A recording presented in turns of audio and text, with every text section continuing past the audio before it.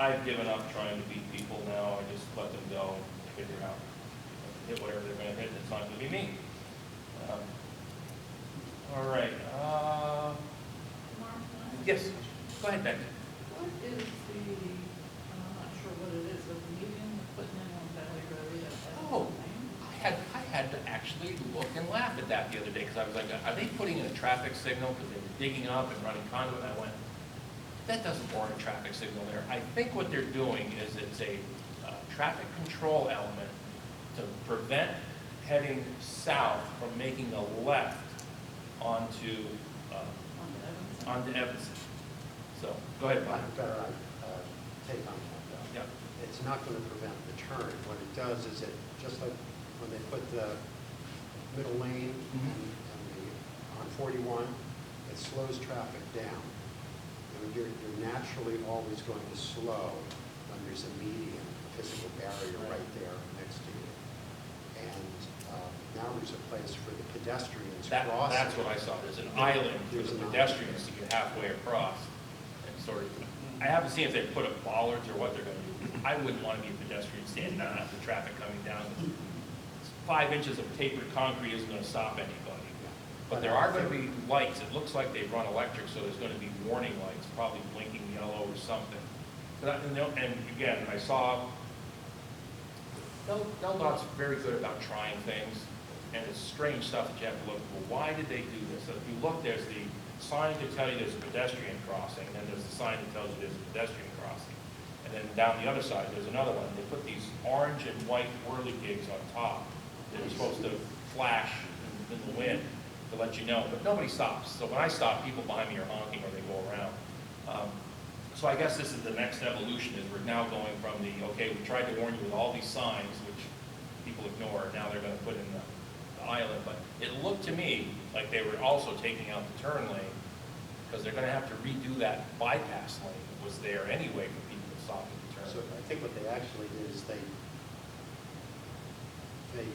there is a turn lane there, but they ate into the bike lane. So where that barrier is on the right side of it now, the bike lane is disappeared.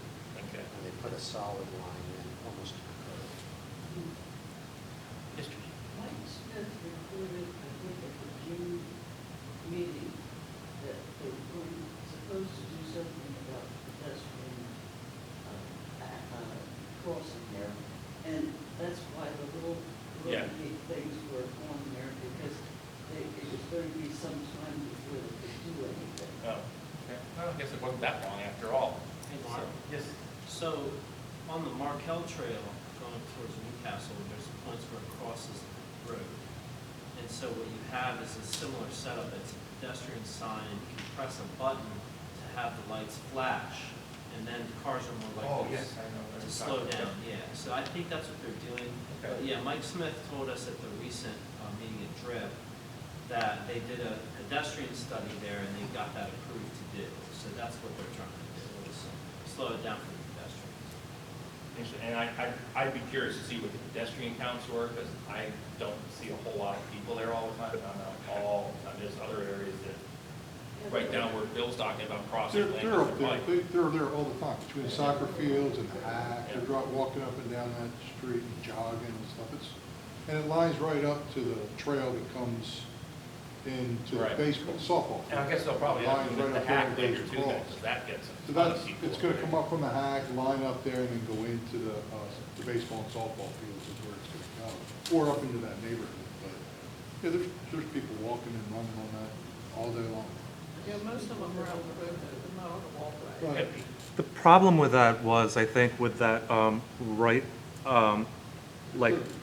pull-off area where people could pull around if somebody's making a left-hand turn, people were concerned that a pedestrian might be in front of the car that's stopping for the pedestrian and not actually turning, and then the other cars will start going around and then hit that pedestrian. So, when that person's not making the left-hand turn but is actually stopping for a pedestrian, and that, the other traffic wouldn't see them, I think I'm was curious the... if they've taken out the So bypass lane that was there. To me, that's the only way to make it really safe, even if it's And it seems like they could do that without putting all that stuff in the middle of the road, but We'll see. They're almost done. I think they're pretty much, other than putting up the posts and wiring it up. Every day we go by like, what are they doing? All I know is the guys take a very long time to let the traffic go through. Just backed up quite a way, so. All right, anything on the old business anyone has? Any new business? Anything else coming up? Yes, sir. I have two questions. Yes, sir. They're environmental questions. The first one concerns what I call the northwest branch of Mill Creek, which starts in between Valley and Montgomery Roads in the area behind the new senior complex. Yep. I'm assuming it's spring fed. And then it crosses at Valley Road, and goes in between William and Mary and through Swift Park, and then crosses Grant Ave, where they put in a new culvert last year, and then meanders over and crosses Evanston Road next to my house, the bridge on Evanston Road. So in August, for the first time since I've lived there 12 years ago, that branch of Mill Creek went completely dry. And I thought, okay, we've had a 6-week drought. What's the drought? Since the middle of August, we've had a normal amount of rain, and the creek today is still dry at Evanston Road.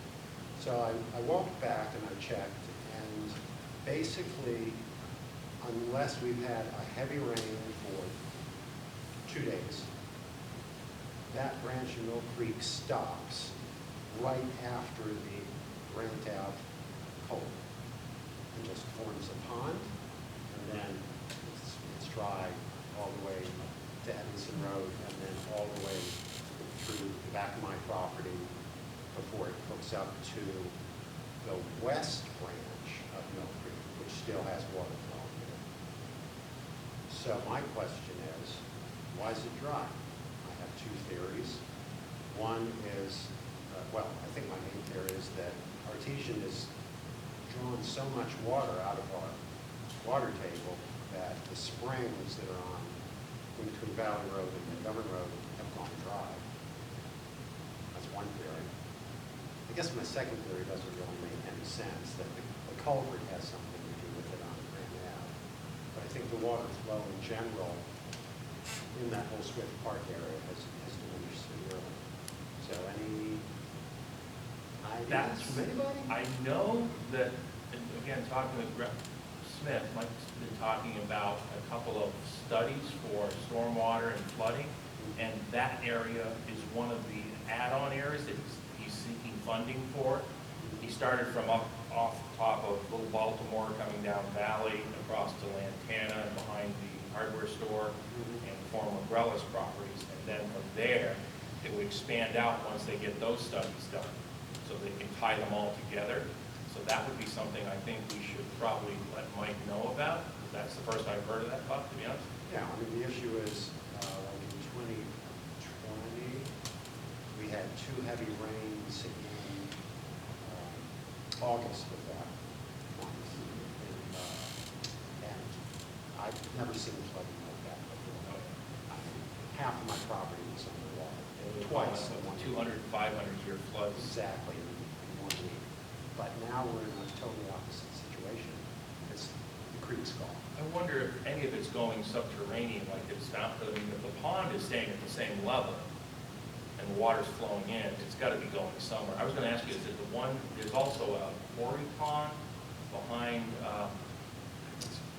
John Orsini's property in there. It's an orphan property. Nobody else. I don't think that is fed by anything. Yeah, I don't think that is either. I know the creek is next to it, but I don't think it has anything Well, going in or out. It's a tailwind line pit, Yeah, so it's a line pit. it's They're just fed by springs. a spring. Okay. I used to swim in. What happens to the water that's pumped from the site where the cleaner is being sparked? Oh, they actually don't pump the water up. They just inject air into it, and it oxygenates the perk that's held in the water, and the perk is lighter than air, so it comes up and it was grabbed by carbon filtration. So all they do is just bubble up the water, capture the gas. Great. Speaking of the concern about the northwest branch of Mill Creek, Lancaster, at the top of the hill on the right, there's that new building area they've done with that big retaining wall. So I actually walked back there and looked at that retaining wall, and I went down in the woods. And there's been a significant change to how drainage happens at the top of that hill. And a lot of the big beech trees have fallen down on that hillside because of how the drainage has changed. So something dramatic had happened at the top of that hill, and there's been a lot of trees fall down from that. So I wonder if that's affecting, because if we keep going down the hill, it hits that creek that you're talking about. Exactly. But it still should flow out the So creek. who should I talk to? I would do two things. I would reach out to Mike Smith to let him know, and then DENREC. And I can't think of who would be the person for that, because it would be someone on the stream side, the water quality side, and I don't have a name off the top of my head. Between her working and state. Yeah, and she's got- Janet will direct you and go, I'm pretty glad, because I walk the dog there 5 days a week, and I walk my dog every morning. Yeah. And all of a sudden, I'm like, where the hell did the water go? God, it disappeared. What happened? The other half of that branch is right behind my house, and I've noticed the stream level being a little low also. But that is spring fed. It's definitely spring fed. Yeah. The last name I had for somebody that would be the water guy at DENREC was Bob Arserin. He's the hydrologist, What's the last name? ASREEN Jr. But I honestly have not talked to him in years, because we haven't had any issues where we needed a hydrologist to give us input. I'm looking to see, that's the only guy I've got from DENREC. I got the solid hazardous waste guy, but he's not gonna help you on that, so. That would be, and I can give you a phone number for them too, but I'll read this. 302-395-2800, Okay. and he's in Newcastle, the office is in Newcastle. And the way it works on the emails for the decoder is first name dot last name, so it's robert.arson@state.de.us. Where's that gonna be up there? Oh, that's a assisted living, independent living, yeah. Yeah, so there'll be, I don't mean this the wrong way, but it's like you start out on the ground floor and work your way up to the dementia wing, and then you go all the way to the basement now. So it's a, I call it prison for old people. yeah, expensive one though. Well, if you saw the exercise things, which is enclosed in the buildings, no way anybody's getting out of there. You know, they have a courtyard for the dementia That's what I treatment, said, yeah. it's like prison for old people. Not what my in-laws are 93 and 91, just had their 60th anniversary this weekend up in New England, and up there. And I'm like, yeah, don't do anything except That help whole me in the thing garage. was being taken over, but used to flow They're down. doing well, so. And every building was done with their own control, all the water. So maybe they took control of it. And now All right, anything else? Yes, I have another Anything else environmental for new or old business? Bob, go ahead. You had Yes. another question.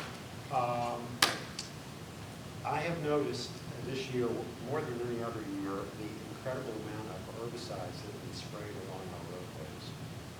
And Delta. like, that's Delta, going way up into the branches of the trees. Right. And it makes no sense to me whatsoever, what they're Yep. doing, because they're killing the branches, but they're leaving them there. They're killing the vegetation, they're just leaving it there. And it looks ugly. Why are they doing it? Yeah, it's ugly and it's poisonous, and there's just no need. And they're not cleaning it up. It's I mean, lazy. that's- Yeah, other states, they either spray it and then remove the dead vegetation. Exactly. I always look at Valley Road, Yorkland Road, heading up by the substation. There's all that vegetation that every year overtakes the guardrail. And they've done it the last couple of years, and this year they really, to your point, really sprayed. So it's just this giant mass of dead vegetation still there on the guardrail. Right. I don't know. And then they also did, Delmarva hired, first time probably in many years, they did line clearing. And I work in that industry, it's like these guys were, whoever they hired, you know, you've got the trees going around, you've got this nice little line around the power lines. It's like, why not just take the rest of that tree down? It's an invasive species to begin with, and now you've got this weird looking thing that's gonna end up falling in the road the next storm, because it's lopsided. But yeah, that's, I don't know, and I've had some other people ask about that, Bob. I know up in Yorkland, there's one gentleman, he's put up signs, please no spraying sensitive pollinators. So. And they still spray have their anyway. right away, but yeah, that's Brian, you know. So, I mean, he's done that, because he has beehives there, he has bee colonies, so. That is definitely something, I would say, the best guy to get the answer from is C.R. McLeod. He's the PR guy for DelDOT. You can go on deldot.gov, and you will find his contact information on there.